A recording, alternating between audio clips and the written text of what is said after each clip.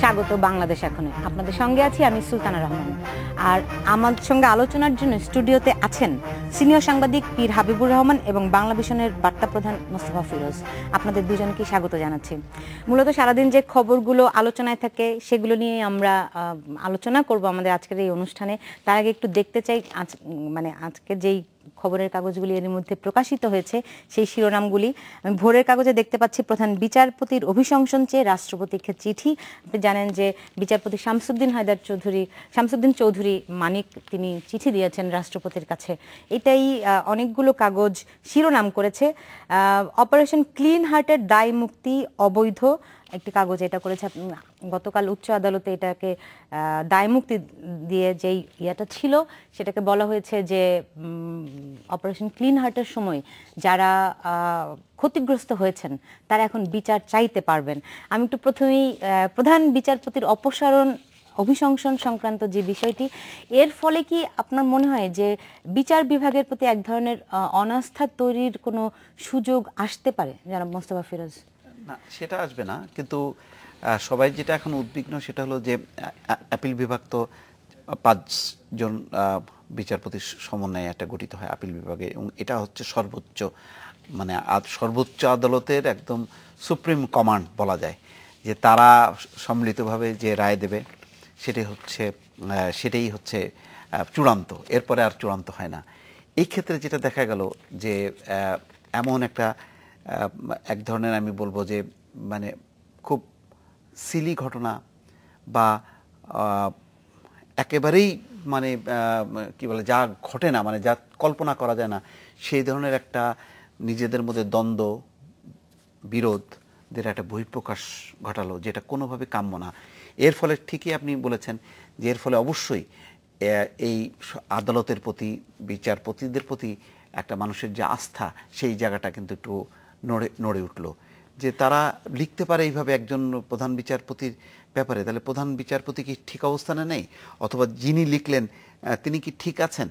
এই ধরনের প্রশ্নগুলো কিন্তু একটা উঠলো, যেটা আমাদের সর্বোচ্চ এমনি বিচার বিভাগ নানান কারণে বিতর্কিত, নানান দলীয়করণ, নানান রকমের সিদ্ধান্তের কারণে, তার মধ্যে এই ঘটনাটা নিয়ে কিন্তু আরেক ধরনের কিন্তু তাদের দুজনের টানাপোড়েন কিন্তু অনেকদিন ধরেই ছিল। এখন এই যে অনাস্থা বলেন কিংবা ভাবমূর্তির সংকট, এটা একটা নতুন কি একটা মেরুকরণ বা একটা নতুন মোড় নিতে পারে কিনা? দেখেন, এটা বিচার বিভাগ এত স্পর্শকাতর বিষয় যে এটা নিয়ে বাংলাদেশে এখন পর্যন্ত যে কথা বলার যে জায়গা সেইটা এখন পর্যন্ত বাংলাদেশে দাঁড়ায় নাই। পাকিস্তানে পর্যন্ত দাঁড়িয়েছে, কিন্তু আমাদের দেশে সেইটা এখনো দাঁড়ায় নাই।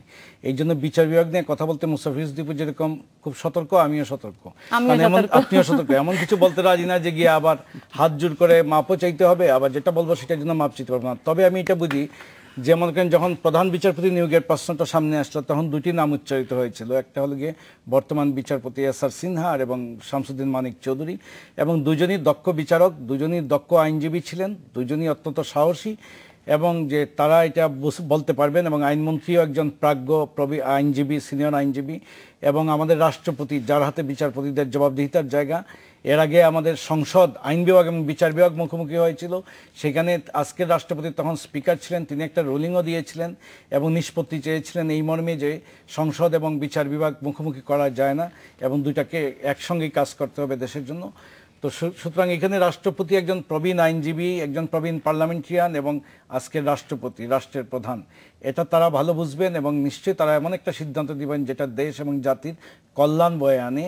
কারণ আমাদের অনেক প্রতিষ্ঠান প্রশ্নবিদ্ধ হয়ে গেছে। আমরা চাই না যে জাতির জীবনের শেষ আশ্রয়স্থল বিচার বিভাগও প্রশ্নবিদ্ধ হোক এবং মানুষের শ্রদ্ধার আসন হারাক। আমরা শামসুদ্দিন চৌধুরীর যে চিঠিটা পেয়েছি সেই চিঠিতে আমরা কিন্তু দেখেছি যে রাষ্ট্রপতির অফিস থেকে যেটা গ্রহণ করা হয়েছে এটা কিন্তু সেটা স্বাক্ষরও আছে, কিন্তু রাষ্ট্রপতির অফিস থেকে জানানো হয়েছে তারা চিঠিটা পাননি। আর অন্যদিকে আইনমন্ত্রী গতকাল আমাদেরকে বলেছেন যে আসলে বিচারপতিকে অভিশংসনের কোনো সুযোগই আসলে নাই। বিচারপতি অভিশংসনের আমরা এখনকার যে বিধান অনুযায়ী আমরা তো জানি যে এটা রাষ্ট্রপতি একমাত্র এই সরাতে পারেন, এবং এর আগে আমরা জানি যে সেটা অপসারণ হতে পারে, কিন্তু অভিশংসনের বিষয়টা আমি আসলে পরিষ্কার না। কিন্তু যেহেতু তিনি একটা বিচার চেয়েছেন, চিঠি দিয়েছেন রাষ্ট্রপতির কাছে, সেই রাষ্ট্রপতি অভিশংসন হোক, তার অপসারণ হোক, বঙ্গভবনের চায়ের দাওয়াত দিয়ে তাকে বিদায় করার যে প্রক্রিয়াটা আমরা আগে দেখেছি, সব রকমই করতে পারেন। কিন্তু বিষয়টা হলো যে মানে এটা খুবই মানে মানে আমাদের কাছে একটা আস্থার যে জায়গাটা, সেই জায়গাটা কিন্তু তছনছ হয়ে গেল যে এই ধরনের সংকট, এই ধরনের বিরোধ, এই ধরনের প্রধান বিচারপতির, এটা সবাই জানে যে প্রধান বিচারপতির টেলিফোন আলাপটা পর্যন্ত ছেড়ে দেয়া, তাও কে করছেন একেবারে আপিল বিভাগে হাতে গোনা কয়েকজন বিচারপতি থাকে যাদের হাতে অনেক কিছু, অনেক ক্ষমতা, অনেক দায়িত্ব, যেটা পীর হাবিব বলছিলেন। সেই জায়গায় বিরোধ যদি হয় তাহলে আমরা কোথায় যাব এবং কোথায় আছে আমাদের বিচার ব্যবস্থা, এটা কিন্তু ভেবে দেখার বিষয়। কিন্তু এটা মানে খুবই আমি মনে করি যে একটা যেটা বলো স্পর্শকাতর তো বটেই, কিন্তু সেই স্পর্শকাতর জায়গাগুলোতে আমরা তো স্পর্শ করতে চাই না, কিন্তু তারাই তো স্পর্শ করে এটাকে তছনছ করে দিচ্ছেন আমাদের সামনে। আমাদেরকে তো কিছু করতে হচ্ছে না, আমরা নয় মুখটা বন্ধ রাখলাম, কিন্তু তারা তো বন্ধ রাখলেন না, তারা টেলিফোনের এটা ফাঁস করে দিচ্ছেন, চিঠি লিখছেন। এই যে রাষ্ট্রপতির কাছে চিঠি দেওয়ার আগেও কিন্তু তারা পরস্পরকে চিঠি কিন্তু দিয়েছেন, এই বিষয়গুলি নিশ্চয়ই আপনাদের মনে আছে।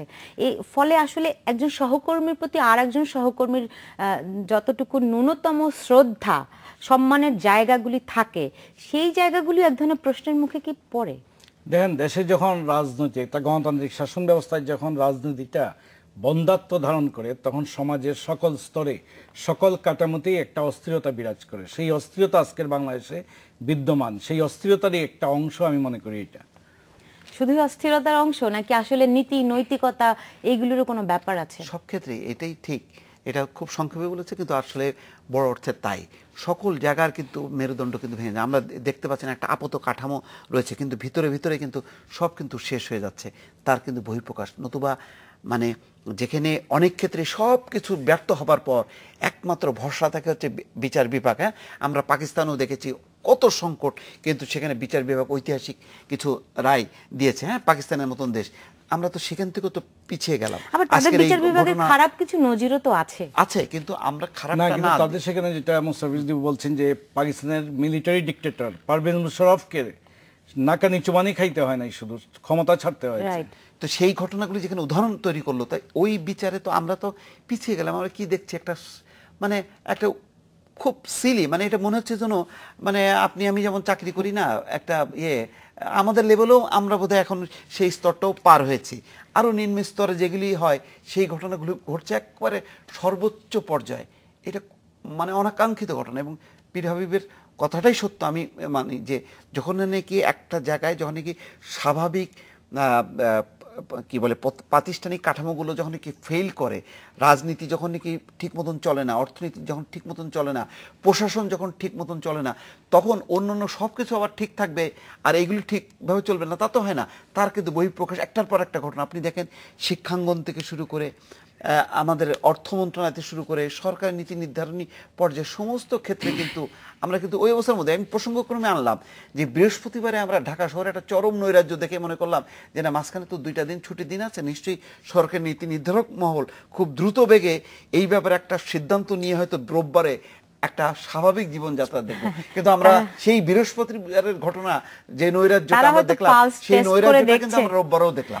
আইনমন্ত্রী কিন্তু বলেছেন যে বিচারপতি অপসারণ সংক্রান্ত যে আইনটি মন্ত্রিসভায় আগামী 2-3 সপ্তাহের মধ্যে উঠবে। ফলে এই বিষয়গুলি যে যা এখন ঘটছে তার সঙ্গে এর কোনো আসলে সম্পর্ক আছে কিনা, এই প্রশ্নের জবাব নিয়ে ফিরবো। নিচ্ছি মাত্র 40 সেকেন্ডের একটি বিরতি।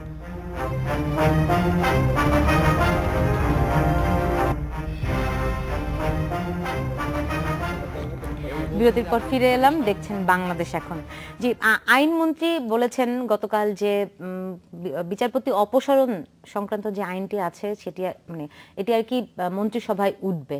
ফলে এখন যে এই প্রধান বিচারপতি তারকে নিয়ে যে চিঠি, এর সঙ্গে এগুলির কি কোনো সম্পর্ক? না, এটার সাথে এটা কোনো রিলেটেড না। আপনার সংসদে যখন আইন কার্যকর হবে, এই আইনটা যেদিন রাষ্ট্রপতি অনুমোদন দেবেন সেদিন যেটা আপনার এটা আইন হিসেবে কার্যকর হবে বাংলাদেশের সাংবিধানিকভাবে, তারপর থেকে যে কোনো কিছু ওই আইন বিধান অনুযায়ী চলবে।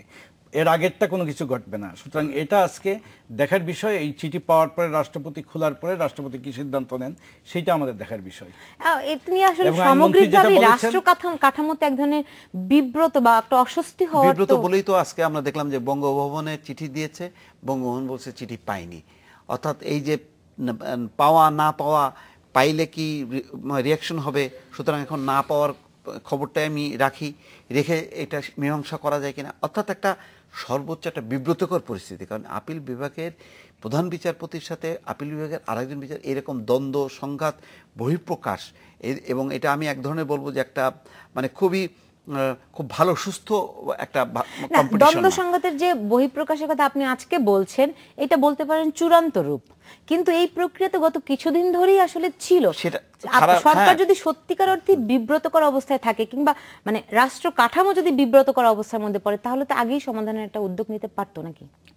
এটা তো সরকারের বিষয় না, বিচার বিভাগ তো স্বাধীন, না, সেটা এখন- রাষ্ট্রপতির কাছেই শেষ ঠিকানা। বিচারপতি শামসুদ্দিন মানিকও তার যত অভিযোগ তিনি রাষ্ট্রপতি কাছেই দিয়েছেন। সুতরাং এখন রাষ্ট্রপতি যেটা মোস্তাফিজ দিবু বললেন যে এটা একটা স্পর্শকাতর বিষয় বলেই বঙ্গভবন একটা দায়িত্বশীল জায়গা, সুতরাং গণমাধ্যমকে বলতে পারে না এটা পেয়েছি কিনা, এটা এড়িয়ে যেতে চেয়েছেন।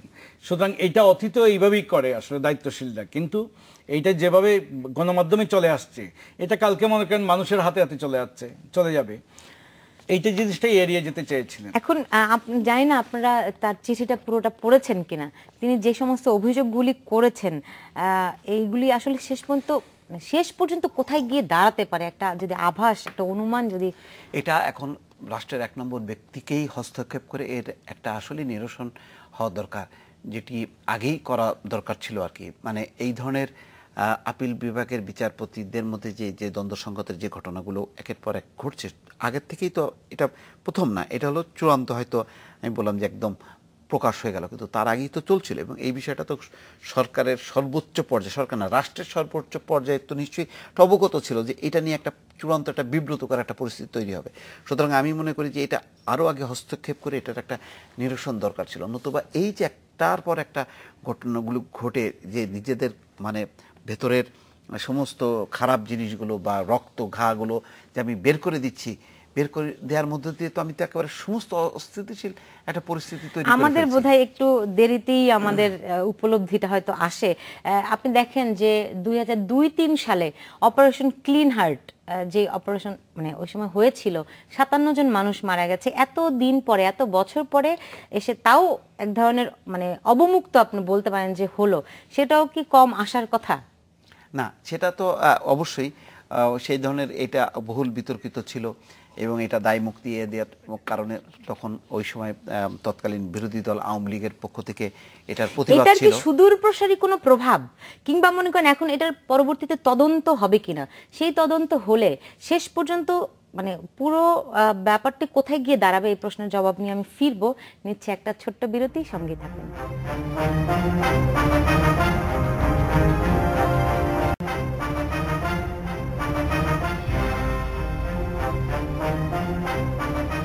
বিরতির পর ফিরে এলাম, দেখছেন বাংলাদেশ এখন।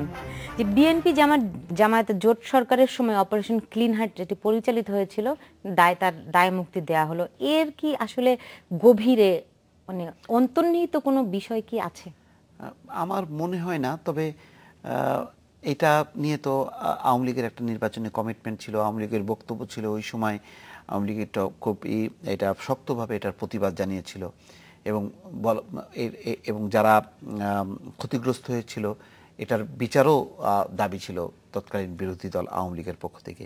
কিন্তু এখন ঘটনাক্রমে যে পরিস্থিতি, এখন যেহেতু সেই দলটি ক্ষমতায়, এবং এর গভীরে যেতে হলে মানে কাঠগড়ায় দাঁড়ানোর ব্যাপার থাকে যাদের, তাদের ব্যাপারে মানে আসলে সিদ্ধান্ত নেওয়াটা কঠিন।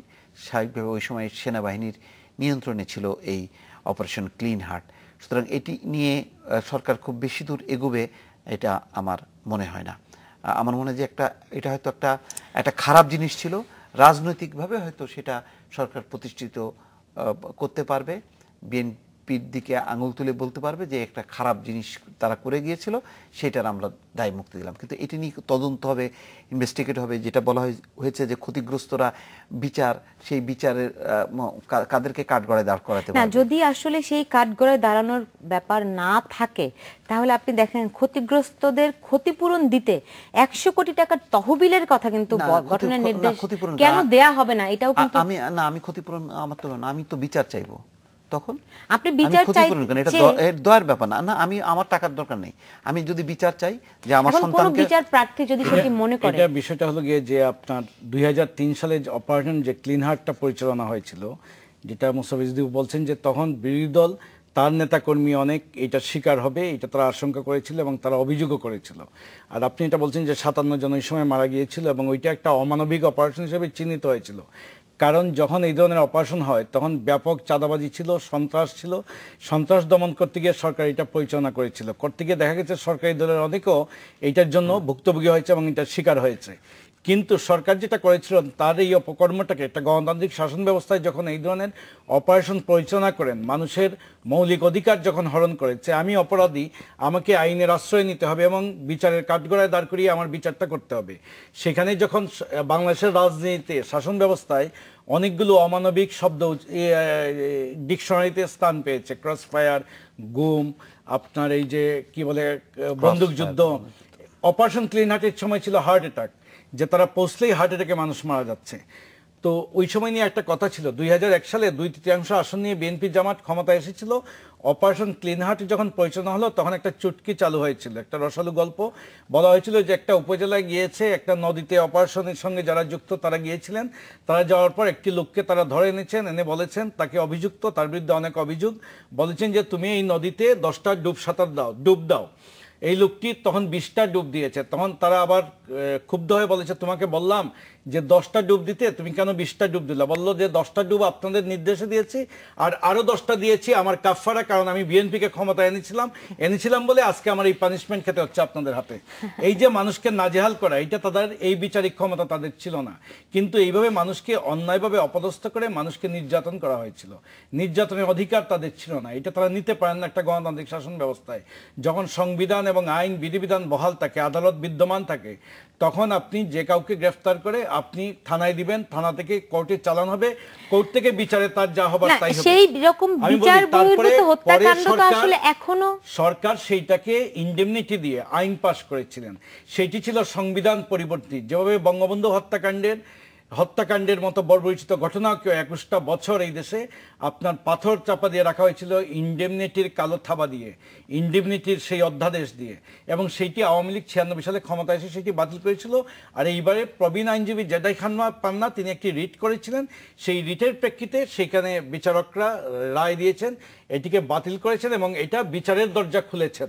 যেটা মুস্তাফিজুদ্দিন বলছেন যে সরকার বেশি অগ্রসর হবে না। আমি বলছি, এখন আমি জানি যে সেই দিন আপনি আমাকে টর্চার করেছিলেন, আমার ভাইকে খুন হত্যা করেছিলেন ধরে নিয়ে, এখন আমি বাদী হয়ে মামলাটা দায়ের করতে পারবো, আমি আমার মৌলিক অধিকারটা এখন ফিরে পাবো। এই মৌলিক অধিকার পাওয়ার দরজাটা এখন উন্মুক্ত হলো। সেটাই বলছিলাম, যদি কেউ মামলা করে সেই ক্ষেত্রে অন্যান্য সরকারের জন্য এটা একটা ইঙ্গিতবহ যে শুধু শাসন ক্ষমতা দিয়ে সবকিছু দিয়ে পার পাওয়া যায় না। বঙ্গবন্ধু হত্যাকাণ্ডটাকেও সেইভাবে পার পাওয়া যায়নি, সেটার বিচার হয়েছে বাংলাদেশে, এবং ক্লিন হার্টের যে অন্যায়টা ছিল সেইটারও বিচার হবে। এমনকি আমি যদি বলি যে 1/11-এর সময় যাদের উপরে জুলুম হয়েছে, নির্যাতন হয়েছে, তারাও হয়তো একদিন এটার ফলাফল পাবেন এবং তাদের সেই বিচার পাবেন। যদি গণতান্ত্রিক এবং সাংবিধানিক শাসন ব্যবস্থা যত বিকশিত হবে তখন ক্রসফায়ারগুলোর বিচারও আসতে পারে। যদি শব্দ আছে, সেই কারণে আমি বলছি যে যেহেতু যদি শব্দটা পীর হাবিবের, এটা খুবই অনেক কথার মধ্যে যে এটা হবে যদি সাংবিধানিক এবং গণতান্ত্রিক কাঠামো, সত্যিকারের ন্যায় বিচার প্রতিষ্ঠিত হয়।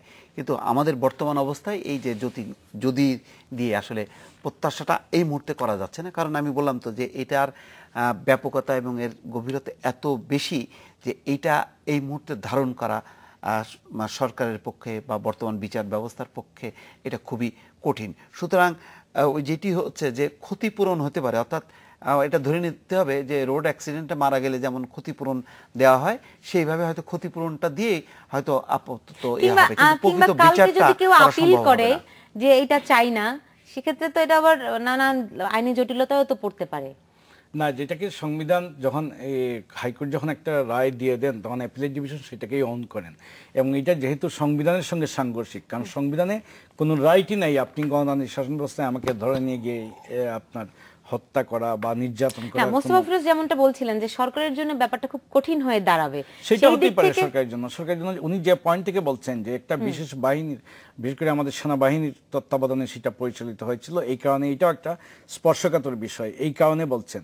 কিন্তু সরকার তো সেই দায় এড়াতে পারে না।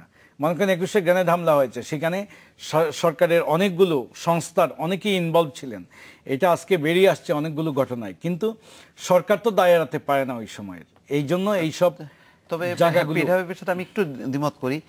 21শে আগস্টে এটা একটা রাজনৈতিক ঘটনা প্রবাহ ছিল, এবং ওখানে রাজনৈতিক কারণে যে যে সংস্থারই থাকুক না কেন তাদেরকে হয়তো কাঠগড়ায় আসামি করা সম্ভব, কিন্তু এটা কিন্তু একেবারে পুরো একটা মানে একটা সরকারি সিদ্ধান্ত, একটা বাহিনীর সিদ্ধান্ত। সুতরাং এইটার কিন্তু শেকড়টা আমি বলছি, বারবার বলছি যে অনেক গভীর। এইটা নিয়ে সবাইকে কাঠগড়ায় আনা, কিন্তু এটা কোনো বাড়াবাড়ির কোনো কথা নয়। 111-এও কিন্তু কেউ কেউ মাঠ পর্যায়ে বাড়াবাড়ি করেছিলেন, করে গোটা কর্মসূচিটাকেই পণ্ড করে দিয়েছিলেন। এই বাড়াবাড়ি যারা করেছেন তাদের অবশ্যই, কিন্তু আমরা জানেন যে 111-এরটা আজকে আব্দুল জলিল মারা গেছেন, আওয়ামী লীগের সাধারণ সম্পাদক ডক্টর মহিউদ্দিন খান আলমগীর এখনো জীবিত, তারা আকুতি জানিয়েছেন বিচারের জন্য। এটা আজকে হয়তো হয় নাই, কিন্তু ভবিষ্যতে যে হবে সেটাই বলছি যে যদি ভবিষ্যতে যে হবে না। বঙ্গবন্ধু হত্যাকাণ্ডের বিচার হয়েছে 21 বছর পরে শুরু হয়েছে, ফাঁসি হয়েছে আরো পরে, কিন্তু এদেরকে রক্ষা করার চেষ্টা হয়, কেউ না কেউ করে, কিন্তু এটাকে রক্ষা করা যায় না। আমি এই কথাটাই বলছি। এখন অপারেশন ক্লিন হার্টের এটা তো রাষ্ট্রের সর্বোচ্চ পর্যায়ের একটা সিদ্ধান্তের মধ্য দিয়ে হয়েছে, ফলে সেই সময় যারা রাষ্ট্র ক্ষমতায় ছিলেন শীর্ষে, প্রধানমন্ত্রী থেকে শুরু করে সে সময়কার, ধারাবাহিকভাবে তো এটার ভিতরে তাহলে অন্তর্ভুক্ত হতে পারেন। কিন্তু হ্যাঁ, অনেকের দায়ী চলে আসে। আমি সেটা বলছি যে শুধুমাত্র যদি এটা একটা রাজনৈতিক ঘটনা প্রবাহ থাকতো, শুধুমাত্র বিএনপি অবস্থানটা থাকতো, শুধুমাত্র লুৎফুজ্জামান বাবরের ব্যাপার থাকতো বা তারেক রহমানের ব্যাপার থাকতো, সেটা একটা বিষয়। কিন্তু তার সাথে আবার যেই বাহিনীটার মানে সংশ্লিষ্টতা, সেইটাকে নিয়ে এসে বিচারটা, হ্যাঁ সেটা যদি হয় এইটা তো ভালো, এটাই তো হওয়া উচিত, এটাই তো এখন মনে করেন একটা সময় বঙ্গবন্ধু হত্যার সঙ্গে যারা যুক্ত ছিলেন তারাও তো সেনাবাহিনীরই একটি অংশ, বিক্ষুব্ধ একটা অংশ তো ছিলেন। পরবর্তীতে তো বিচার তো হয়েছে। হ্যাঁ, বিচার হয়েছে। আমি তো বলছি যে একটা রাজনৈতিক ঘটনা এবং একটা বিচ্ছিন্ন, তখন ওই সময় সরকারের সিদ্ধান্ত ছিল না বা সেনাবাহিনীর সিদ্ধান্ত ছিল না। সেনাবাহিনীর বিপদগামী কিছু বিপদগামী সদস্যদেরকে বিচার করা যায়, কিন্তু একটা সংস্থা যখন নাকি পুরো সংস্থা একটা সিদ্ধান্ত নেয়, সরকার সিদ্ধান্ত নেয়, সেইগুলিকে টেনে এনে বিচারের, এখন আমি বলছি যে বিচার বিভাগের যে ব্যবস্থাটা এবং রাজনৈতিক প্রতিষ্ঠানগত যে কাঠামোটা আমরা এখন দেখছি, সেই কাঠামোর আওতায় এই অপারেশন ক্লিন হার্টের দায় মুক্তির বিচার, এটা সত্যি কঠিন। যতই কঠিন হোক, কিন্তু একটা উন্মুক্ত ব্যাপার যে হয়েছে, একটা পদ প্রশংসার দাবি রাখে। আমরা একটা নিচ্ছি ছোট্ট একটা বিরতির সঙ্গেই থাকুন।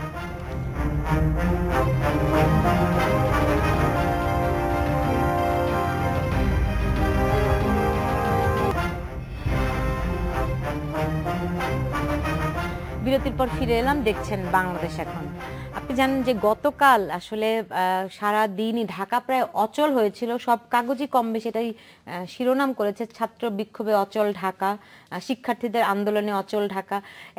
ঢাকা কিন্তু একেবারে অবরুদ্ধ হয়ে গেছিল। এই যে ভ্যাট নিয়ে অর্থমন্ত্রী এক এক সময় এক এক রকম বক্তব্য দিচ্ছেন, এনবিআর থেকে এক এক রকম বলছেন, বিশ্ববিদ্যালয় কর্তৃপক্ষ এক ধরনের ধোঁয়াশা তৈরি করেছেন। আসলে এই ঘটনাগুলি কি এক জটিলতাটাই আরো বাড়াচ্ছে না? অবশ্যই। এবং সরকারের আমরা এই আলোচনা শুরুতেই বলছিলাম যে সরকারের বিভিন্ন ক্ষেত্রে যে সমন্বয়হীনতা এবং কোনো যে কাজের যে ধারাবাহিকতা নাই, একটা লেজে গোবরে একটা অবস্থা, এবং সব কিছুতেই একটা উপেক্ষা করা, অবহেলা করা। তারা মনে করে যে বড় বড় রাজনৈতিক সংকট যখন নাকি আমরা উতরে আসলাম, তখন আর কোনো কিছুকে কেয়ার না করা, এই যে ড্যাম কেয়ার একটা মনোভাব নিয়ে তারা এগোচ্ছে। আমি আপনার অন্য একটা আলোচনার ক্ষেত্রে বলেছিলাম যে বৃহস্পতিবারের এই একটা চরম নারকীয় অবস্থা থেকে নগরবাসী মনে করেছিল নিশ্চয়ই শুক্র শনিবারের মধ্যে সরকারের এখন যে ডাইনামিক সরকার, নিশ্চয়ই খুব দ্রুত বেগে এই সংকট সমাধান করবে এবং রোববার থেকে একটা শান্তিপূর্ণ অবস্থা দেবে, কিন্তু দেখা গেল যে তাদের মধ্যে সেই বোধ উপায় হয়নি। এবং আজকে কি হলো, আজকে দুটি ঘটনা ঘটলো।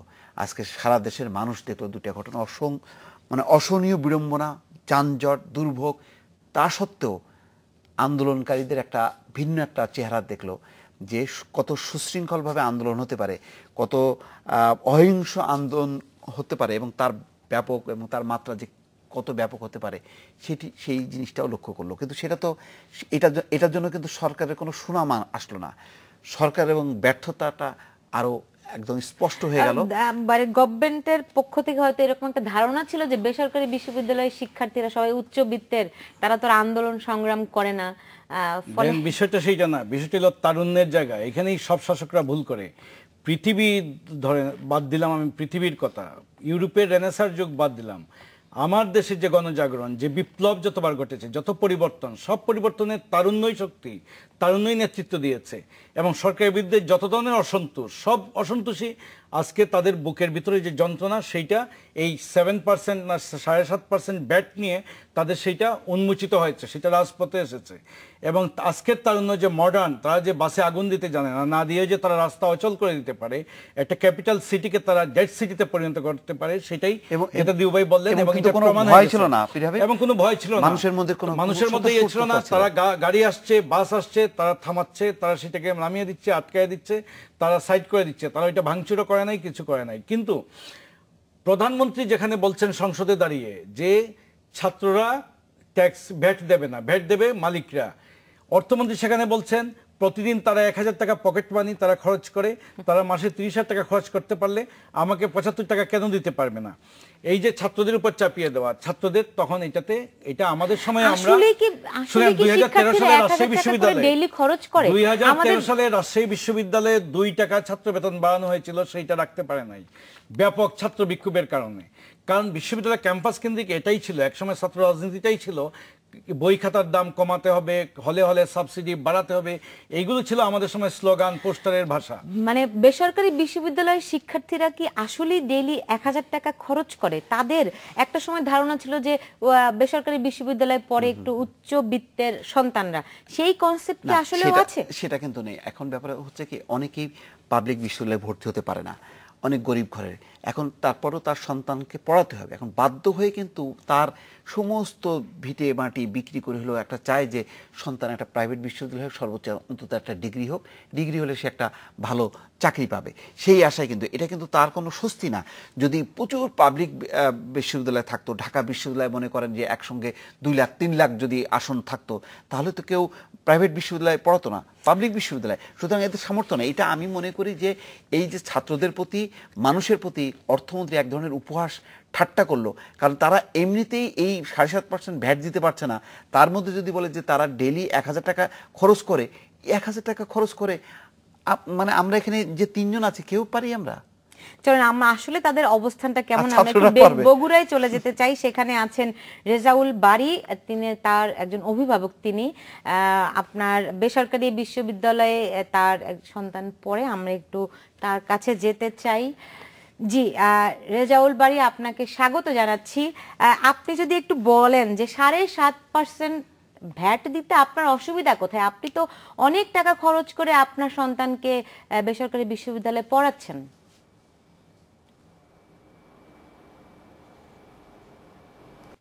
ধন্যবাদ। আসলে অনেকটা খরচ করে পড়াচ্ছি, এটার কারণ তো আছে।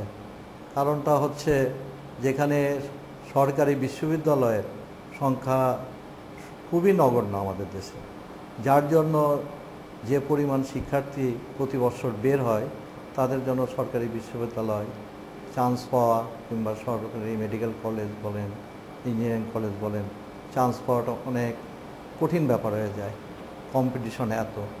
যার জন্য অভিভাবকরা আমরা নিরুপায় হয়ে বলতে পারেন যে অনেক কষ্টে হলেও, অনেক ক্ষতি স্বীকার করে হলেও আমাদের সন্তানদের একটা ভালো বিশ্ববিদ্যালয়, অর্থাৎ প্রাইভেট বিশ্ববিদ্যালয় যেগুলো ভালো আছে দেওয়ার চেষ্টা করি।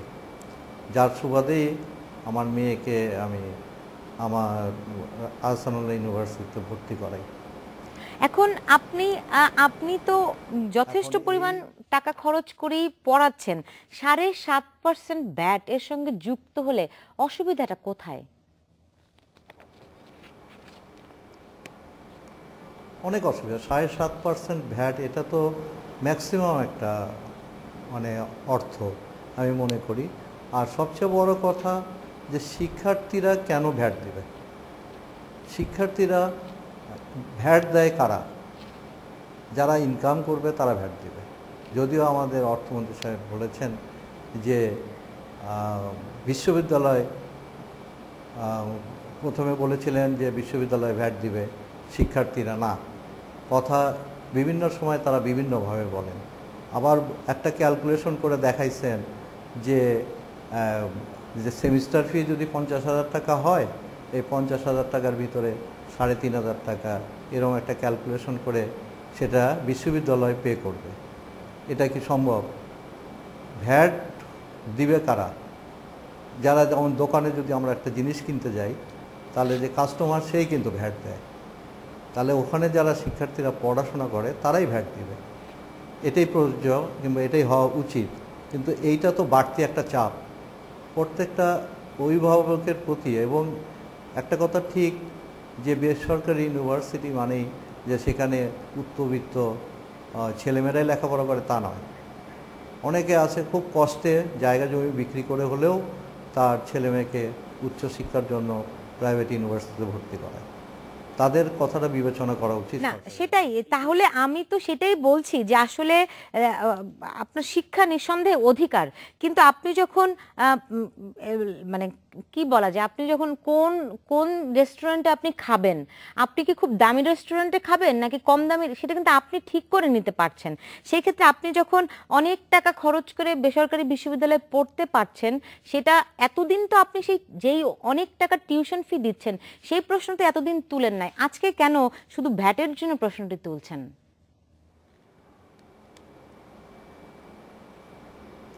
না, এটাও একটা যে বললাম তো, বেসরকারি ইউনিভার্সিটি পড়ানো মানে একটা বাড়তি চাপ।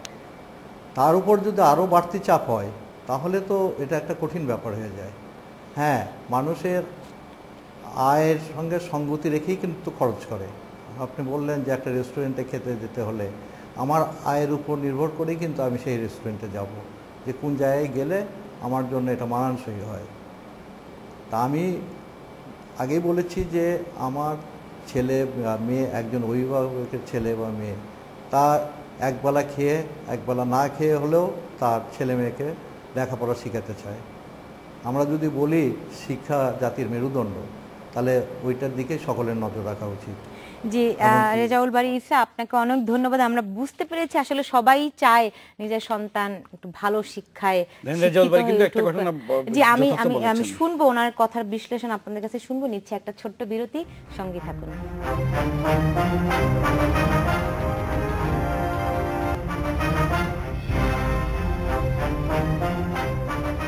বিরতির পর ফিরে এলাম, দেখছেন বাংলাদেশ এখন। যে আমরা একজন অভিভাবকের বক্তব্য শুনছিলাম বিরতিতে যাওয়ার আগে। সবাই চায় নিজের ছেলে মেয়েকে ভালো জায়গায় পড়াতে, মানে ভালো করে শিক্ষিত করতে, কিন্তু মানে শিক্ষা নিঃসন্দেহে পণ্য না। কিন্তু যে অনেক বিশ্ববিদ্যালয়, সরকারি বিশ্ববিদ্যালয়গুলোতে চান্স না পাওয়ার কারণে তাদের সন্তানকে তো মানুষ করতে হবে। যেটাকে দুবাই বলেন যে ভিটে মাটি বিক্রি করেও চেষ্টা করে, কেউ দেশের বাইরে পাঠিয়ে দেয়, ভারতে টারতে অনেক জায়গায় যায় এখন। কিন্তু ব্যাপারটা হলো গিয়ে যে আপনার মালয়েশিয়ায় অনেক স্টুডেন্ট চলে যায় এখন, চিন্তা করে যে এর কাছাকাছি টাকায় পড়ানো যায়। কিন্তু ব্যাপারটা হচ্ছে যে উনি একটা যুক্তিসঙ্গত কথা বলছেন যে ভোক্তা সেই তো দেবে ব্যাট, এবং এখান থেকে কিন্তু অর্থমন্ত্রী এই জায়গা থেকে কিন্তু উনি ঠিকই বলেছেন যে ছাত্ররাই দেবে। যেটা ডক্টর ফরাসউদ্দিন বলেছেন যে শিক্ষা কোনো পণ্য নয়, সুতরাং কিসের ব্যাট, এখানে ব্যাট চলবে না। এবং তিনি বলছেন তাদের স্টেট ইউনিভার্সিটিতে তারা 3 বছর কোনো ফি বাড়াবে না। আপনি ভ্যাট দিলেই যে শিক্ষা পণ্য হয়ে গেল আর না দিলে পণ্য হলো না, ব্যাপারটা কিন্তু তা না। অনেক প্রাইভেট বিশ্ববিদ্যালয়গুলো তো অনেক আগে থেকে শিক্ষাকে পণ্য বানিয়েছে। এটাই মনিটর করে না অনেক প্রাইভেট। যেমন আমাদের সময় বিশ্ববিদ্যালয় বলতে বোঝানো হতো যে এটা একটা জ্ঞানের মন্দির, এখানে জ্ঞান আহরণের তীর্থস্থান, এবং যারা শিক্ষাদান করতে তাদেরকে মনে হতো পুরোহিতের মতো, পণ্ডিতের মতো, তারা সেই অভাবেই হাঁটাচলা করতেন।